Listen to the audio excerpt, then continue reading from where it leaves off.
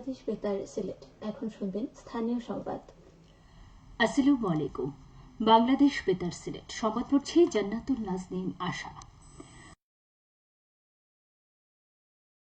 শুরু হয়েছে আজ সকাল ৮টা থেকে শুরু হয়ে বিরতিহীনভাবে চলবে বিকেল ৪টা পর্যন্ত। এ ধাপে সিলেট বিভাগের 10টি উপজেলা যথা সিলেটের বালাগঞ্জ,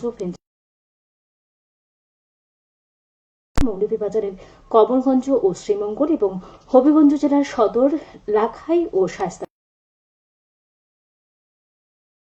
সকল ধরনের প্রচারণা, নির্বাচন সুষ্ঠু ও শান্তিপূর্ণভাবে অনুষ্ঠানের লক্ষ্যে ইতোমধ্যেই সকল ধরনের প্রস্তুতি সম্পন্ন করেছে নির্বাচন কমিশন। মাঠে রয়েছে আইন শৃঙ্খলা বাহিনী। নির্বাচনী আচরণবিধি প্রতিপালনের জন্য মাঠে রয়েছে ইউনিয়ন প্রতি একজন করে নির্বাহী ম্যাজিস্ট্রেট। উপজেলার সাধারণ ও গুরুত্বপূর্ণ প্রতিটি কেন্দ্রে 4 জন করে পুলিশ সদস্য স্ট্যান্ড বাই রয়েছেন। সেই সঙ্গে আছেন করে মোট 15টি স্ট্রাইকিং ফোর্স দায়িত্ব পালন করছে। প্রতি 3টি কেন্দ্রে একটি মোবাইল টিম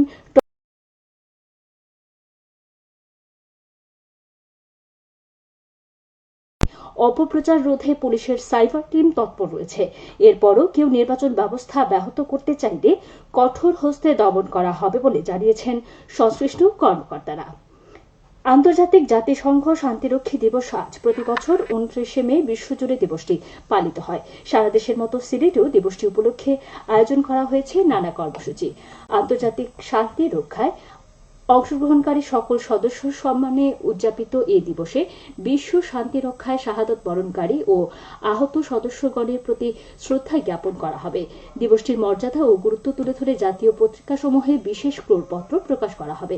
এছাড়াও বাংলাদেশ বেতার ও বাংলাদেশ টেলিভিশন সহ বিভিন্ন বেসরকারি টেলিভিশন চ্যানেলে বিশেষ আলোচনা অনুষ্ঠানের আয়োজন করা হয়েছে।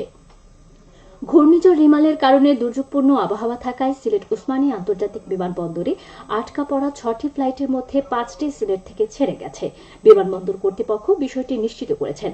এর আগে দুর্যোগপূর্ণ আবহাওয়ার কারণে আন্তর্জাতিক সহ 6টি ফ্লাইট সিলেট ওসমানী আন্তর্জাতিক বিমানবন্দরে আটকা পড়ে।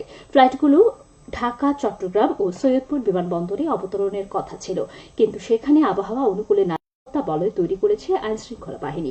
প্রায় 5 শতাধিক পুলিশ সদস্য দায়িত্ব পালন করছেন। দরগা এলাকায় বসানো হয়েছে অত্যাধুনিক সিসি ক্যামেরা। মাজারের প্রত্যেকটি প্রবেশদ্বারে বাড়ানো হয়েছে বাড়তি পুলিশি নিরাপত্তা। উরুস উপলক্ষে ইতিমধ্যেই প্রধানমন্ত্রীর উপহার হিসেবে 3টি গরু হস্তান্তর করেছে সিলেট সিটি কর্পোরেশন। গত সোমবার দিবাগত রাত থেকে শুরু হয়েছে উরুসের পশু জবাই। মূল উরুস শুরু হয়েছে গতকাল থেকে। সকাল 9টার পর গিলাপ ছড়ানো হয়। গতকাল দিবাগত রাতে অনুষ্ঠিত হয়েছে আখেরি মোনাজাত। আজ সকালবেলা সিন্নি বিতরণ করা হয়েছে। বাদ জোহর, মিলাদ মাহফিল, বাদ আসর শরবত বিতরণ ও রাত 10টার পর আনুষ্ঠানিকভাবে উরুসের সমাপ্তি ঘোষণা করা হবে। হবিগঞ্জে এবার 3,51,872 জন শিশুকে ভিটামিন A+ ক্যাপসুল খাওয়ানো হবে। আগামী 1 জুন জেলার সকল উপজেলা ও পৌরসভায় এই ক্যাপসুল খাওয়ানো হবে।